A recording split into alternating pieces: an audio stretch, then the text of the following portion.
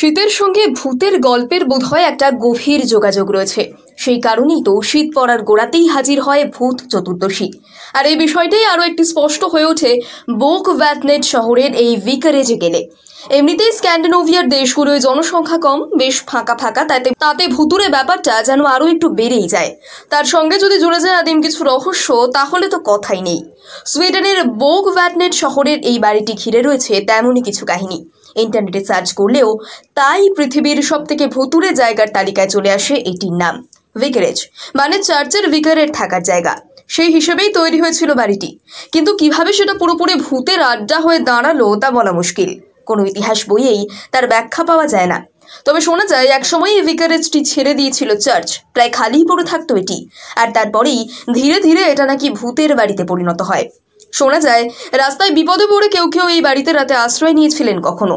তাতে প্রত্যেকের সঙ্গেই নাকি নানান অদ্ভুত ঘটনা ঘটে, এমনকি কারো কারো প্রাণ সংশয়ও দেখা যায়। ক্রমে ক্রমে আর বাড়িতে ত্রিসীমানায় থাকতে আসতেন না কেউই। রাতের দিকে তো একেবারেই নয়, কারণ তখন নাকি মোটেও নিরাপদ থাকে না সুইডেনের এই বাড়িটা। এখন দেশের সবচেয়ে ভয়ের জায়গা হিসেবে পরিচিত বাড়িটিতেও গড়ে উঠেছে একটা ক্যাফে কাম পাব। তবে সেটাও চলে সারা দিন ধরে। রাতে 7 তাড়াতাড়ি বন্ধ করে দেওয়া হয়। ভূতপ্রেমীদের অনেকেই এখানে আসেন, ক্যাফেতে বসেন, দুপেয়ালা কফিও পান করেন। উদ্দেশ্যও থাকে যদি তেনাদের একটু দর্শন পাওয়া যায়। তবে এত কিছুর পরেও এখানে রাত্রিবাস করতে নাকি চান না কেউই। হাল আমলেও যারা সেই সাহস দেখাতে গিয়েছিল, তারাই নাকি কোনো না কোনো সমস্যায় পড়েছেন। শীতের সঙ্গে ভূতের গল্পের বোধহয় একটা গভীর যোগাযোগ রয়েছে।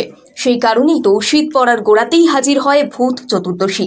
আর এই বিষয়টাই আরও একটি স্পষ্ট হয়ে ওঠে বোক ভ্যাটনেট শহরের এই ভিকারেজে গেলে। এমনিতেই স্ক্যান্ডিনেভিয়ার দেশগুলোয় জনসংখ্যা কম, বেশ ফাঁকা ফাঁকা, তাতে ভুতুরে ব্যাপারটা যেন আরও একটু বেড়েই যায়। তার সঙ্গে যদি জুড়ে যায় আদিম কিছু রহস্য, তাহলে তো কথাই নেই। সুইডেনের বোক ভ্যাটনেট শহরের এই বাড়িটি ঘিরে রয়েছে তেমনই কিছু কাহিনী। ইন্টারনেটে সার্চ করলেও তাই পৃথিবীর সবথেকে ভুতুরে জায়গার তালিকায় চলে আসে এটির নাম। ভিকারেজ মানে চার্চের ভিকারের থাকার জায়গা। সেই হিসেবেই তৈরি হয়েছিল বাড়িটি, কিন্তু কিভাবে সেটা পুরোপুরি ভূতের আড্ডা হয়ে দাঁড়ালো তা বলা মুশকিল। কোনো ইতিহাস বইয়েই তার ব্যাখ্যা পাওয়া যায় না।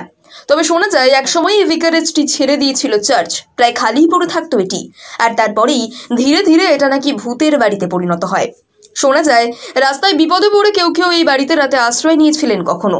তাতে প্রত্যেকের সঙ্গেই নাকি নানান অদ্ভুত ঘটনা ঘটে, এমনকি কারো কারো প্রাণ সংশয়ও দেখা যায়। ক্রমে ক্রমে আর বাড়িতে ত্রিসীমানায় থাকতে আসতেন না কেউই। রাতের দিকে তো একেবারেই নয়, কারণ তখন নাকি মোটেও নিরাপদ থাকে না সুইডেনের এই বাড়িটা। এখন দেশের সবচেয়ে ভয়ের জায়গা হিসেবে পরিচিত বাড়িটিতেও গড়ে উঠেছে একটা ক্যাফে কাম পাব। তবে সেটাও চলে সারা দিন ধরে। রাতে 7 তাড়াতাড়ি বন্ধ করে দেওয়া হয়। ভূতপ্রেমীদের অনেকেই এখানে আসেন, ক্যাফেতে বসেন, দুপেয়ালা কফিও পান করেন। উদ্দেশ্যও থাকে যদি তেনাদের একটু দর্শন পাওয়া যায়।